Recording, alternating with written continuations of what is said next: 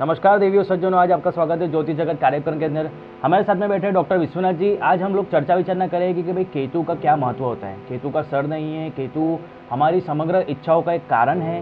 केतु जो भी है हमारी एक तड़प है, जो कि मनुष्य को जो भी इच्छा चीज़ चाहिए, जो भी उसके डिज़ायर पूरे करने में मदद कर सके जी, वो चीज़ समग्र जो चीज़ आती है कि भाई कब उसके सपने पूरे हो गए, कब वो उसकी इच्छा पूरी होगी। तो इच्छा का जो एक बहुत बड़ा महत्व आता है वो केतु के ऊपर होता है। तो आइए हम शुरू करते हैं केतु के ऊपर चर्चा। जैसे कि दर्शक बंधुओं, जैसा कि युवराज जी हम लोगों ने अपने पिछले टॉपिक में जी राहु के बारे में डिटेल जानकारी प्राप्त की। हाँ, राहु और केतु दोनों एक ही एक्सिस के दो ग्रह हैं।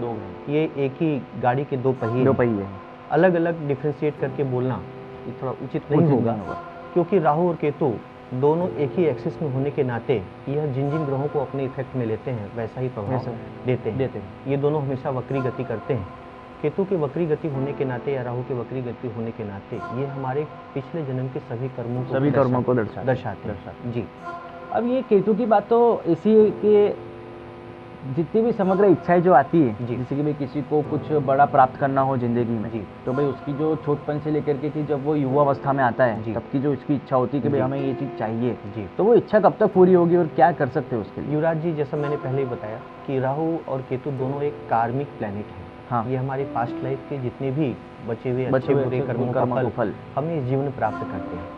तो केतु हमारे पिछले जन्म के सभी अच्छे बुरे कर्मों का फल प्रदाता है जी। और साथ ही साथ अपने केतु को अगर तड़प के अंदर अगर जो इच्छा अगर उनको पूरी करना हो जी, तो वो जो स्वान जो कि हमारे जो साथी में एक बहुत ही मनुष्य का सबसे अच्छा जो दोस्त कहा गया है जी, वफादार जी, जो कि कुत्ता उसे कहते हैं जी, उसकी अगर वो सेवा करे तो उसमें खूब उनको अच्छा सा परिणाम मिल सकता है जी। युवराज जी, केतु का जो रूप है वह टेल लाइक है, एक पूंछ सदृश। तो हमारे अगल बगल लौकिक जीवन में जो भी जीव जंतु ऐसी अवस्था में है, यानी सूक्ष्म संसार और उस मानव जीवन के परे जितने भी अगल बगल रहने वाले जीव हैं, अगर हम उनके ऊपर ध्यान रखते हैं तो केतु के अच्छे फल होते हैं। इसी परिप्रेक्ष्य में अगर कुत्तों की बात करें तो ये हमारे जीवन में सबसे वफादार जानवर जी। और इसमें साथ ही में केतु की जो उच्च की और जो नीच की राशियाँ जो आती है जी, क्या जैसे धनु और मिथुन जी, तो उसमें क्या प्रभाव होता है। देखिए, अगर धनु राशि का केतु किसी जातक के जन्माक्षर में उपलब्ध है तो ये इसके लिए एक वरदान है। अच्छा, ऐसा केतु व्यक्ति को स्पिरिचुअलिटी की तरफ काफ़ी मोड़ता है और कभी भी अधर्म के रास्ते पे नहीं जाने देगा। अच्छा, और अगर ये केतु अगर मिथुन राशि में हो, बुध की राशि में तो ऐसा आदमी कम्युनिकेशनल स्किल्स में अच्छा फायदा कमा सकता है। अच्छा, और ऐसे स्किल्स में वो काफ़ी महारत हासिल कर सकता है बराबर जी। और साथ ही साथ अपने जैसे कि जो योगा जो बनते हैं, जैसे कि कभी अंतरदशा या महादशा के अंदर सब ग्रहों की जो एक एक बार की जो आती है जी, तो उसके लिए केतु और सूर्य के हम स्टार्ट करते हैं, तो केतु सूर्य के ऊपर क्या हो विचार है आपका। देखिए युवराज जी, दशा अंतरदशा राहु केतु की एक अलग टॉपिक हो जाती है, लेकिन अगर ग्रहों के साथ इसकी युति की बात करें, अगर सूर्य केतु की युति बनती है जिस जन्माक्षर में, इनके ऐसे जातकों के पिता काफ़ी स्पिरिचुअलिटी की तरफ इंक्लाइंड होते हैं और ऐसे जातकों के बच्चे काफ़ी सरकारी स्तर पे या गवर्नमेंटल स्तर में कोई ना कोई जॉब जरूर प्राप्त कर सकते हैं, ऐसी संभावना भी रहती है जी। केतु मंगल के ऊपर हो तो देखिए युवराज जी, इसको प्रायः अंगारक योग के या मांगलिक योग में गिना जाता है। ऐसे स्त्री जातकों जिनके जन्माक्षर में ये योग पाया जाता है मंगल केतु, उनका वैवाहिक जीवन थोड़ा बाधित रहता है। अच्छा जी। केतु चंद्रमा के ऊपर, चंद्रमा केतु युवराज जी बहुत अच्छा टॉपिक। ऐसे जातक के मैटरनल यानी नाना नानी की काफ़ी स्पिरिचुअलिटी देखी गई है और ऐसे जातकों के माँ वो भी काफ़ी धार्मिक प्रवृत्ति की रहती हैं। अच्छा, लेकिन थोड़ा उनको अपनी गृहस्थी के जीवन में तो समस्याएं थोड़ी तकलीफ उठाना पड़ता का सामना करना पड़ता है जी। मतलब कि जो भी उतार चढ़ाव ज़्यादातर देखना पड़ता है। बिल्कुल। अब केतु बुध के ऊपर, देखिए युवराज जी, बुध हमारे नॉलेज का कारक है, केतु डिवाइन एक्सपेक्ट का काम करता है। केतु एक एस्केटिक जीवन है। ऐसा व्यक्ति सिक्स सेंस से युक्त होता है। अच्छा, कभी कभी इल हेल्थ में स्किन के एलिमेंट्स और नर्वस वीकनेस देखने को मिलता है जी। केतु साथ में अपने गुरु के साथ हो, देखिए युवराज जी, इसको बोलते हैं पूर्ण एस्केटिक योगा ऐसा व्यक्ति मैटेरियलिस्टिक लाइफ की तरफ इंक्लाइन तो नहीं होगा। अच्छा। वह स्पिरिचुअलिटी की तरफ से ही काफ़ी आगे बढ़ सकता है। कभी कभी उसको नर्वस वीकनेस का भी सामना करना पड़ता है। अच्छा। और ऐसे व्यक्तियों के जन्मस्थल अधिकतर एक तीर्थ हुआ करते हैं या कोई बड़ा डिवाइन स्थल। जी। केतु अपने शुक्र के साथ हो? जी, इसको बोलते हैं पद्म योग।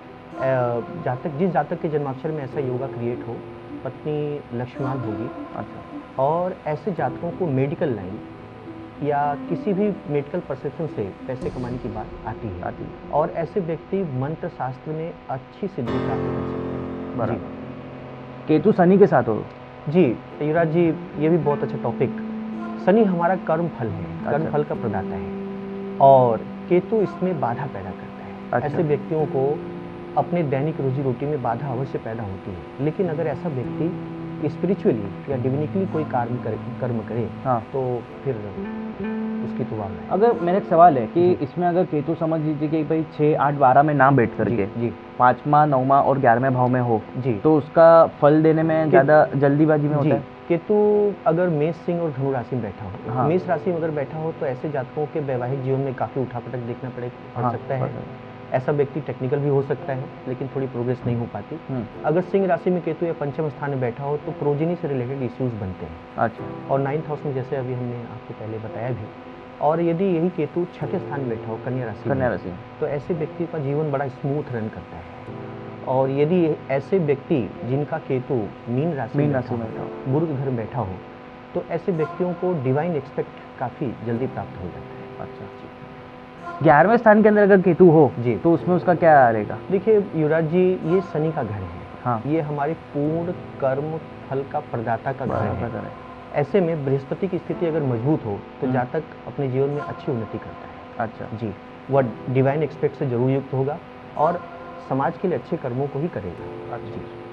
और साथ ही में आजकल के जन्माक्षर में हम देखते हैं कि भी सबसे ज़्यादा केतु और राहु जो होते हैं वो केंद्र में होते हैं। जी। 1, 4, 7, 10 के अंदर सबसे ज़्यादा पाए जाते हैं। बिल्कुल बिल्कुल। तो उसके अंदर आपका क्या सोच विचारना है? अगर केंद्र में 1 और 7वें स्थान केतु और राहु की स्थिति बने तो वैवाहिक जीवन अस्त व्यस्त मैंने पहले बताया। और यदि अगर यही चौथे और 10वें स्थिति में इन दोनों ग्रहों की स्थिति तो ऐसे व्यक्तियों को अपने प्रोफेशन और अपने घर का सुख प्राप्त नहीं हो पाता। जी, मतलब एक स्थायी नहीं रहते। बिल्कुल। तो इसमें अगर कोई भी मनुष्य को अगर एक स्थायी अगर बिजनेस करना हो और उसकी समग्र इच्छाओं को प्राप्त करना हो तो उसके लिए केतु की क्या रेमेडीज है? केतु से संबंधित कई बिजनेस के लाइन आते हैं। ऐसे व्यक्ति भारतीय हिस्ट्री, आर्कियोलॉजिस्ट और टेलर, कारपेंटर, सीमेंट विक्रेता। अच्छा। ऐसे चीज़ों में व्यक्ति, ऐसे प्रोफेशनल व्यक्ति अच्छा लाभ कमा सकता है। अगर रेमेडीज़ की बात करें तो यदि चंद्रमा केतु के साथ कहीं जन्माक्षर में युक्त हो तो भगवती छिन्नमस्ता की आराधना, अच्छा, भगवान नरसिंह की आराधना, हनुमान जी और गणपति जी की आराधना सबसे उपयुक्त उपाय है। और दर्शकों के सामने मैं एक पॉइंट और रखना चाहूँगा युवराज जी, केतु, चंद्रमा और गुरु ये एक योग का क्रिएशन करते हैं, इसका नाम है मत्स्य योग। अगर हमें अच्छा फल लेना है तो हमें अगल बगल के अपने सभी छोटे जीवों का ध्यान रखना चाहिए। जैसा हम लोगों ने भी टॉपिक पहले बात रखी, मछलियों को चारा चुगाएं, कुत्तों को भोजन कराएं और सूक्ष्म जीवों का हमेशा ध्यान रखें। अच्छा, तो ये सब चीज़ करने से काफ़ी सारी समस्याओं की दूर हो सकती है। बिल्कुल बिल्कुल। नमस्कार। Like, share, comment and subscribe Katiban News channel and press the bell icon to watch the latest news first and foremost on your mobile.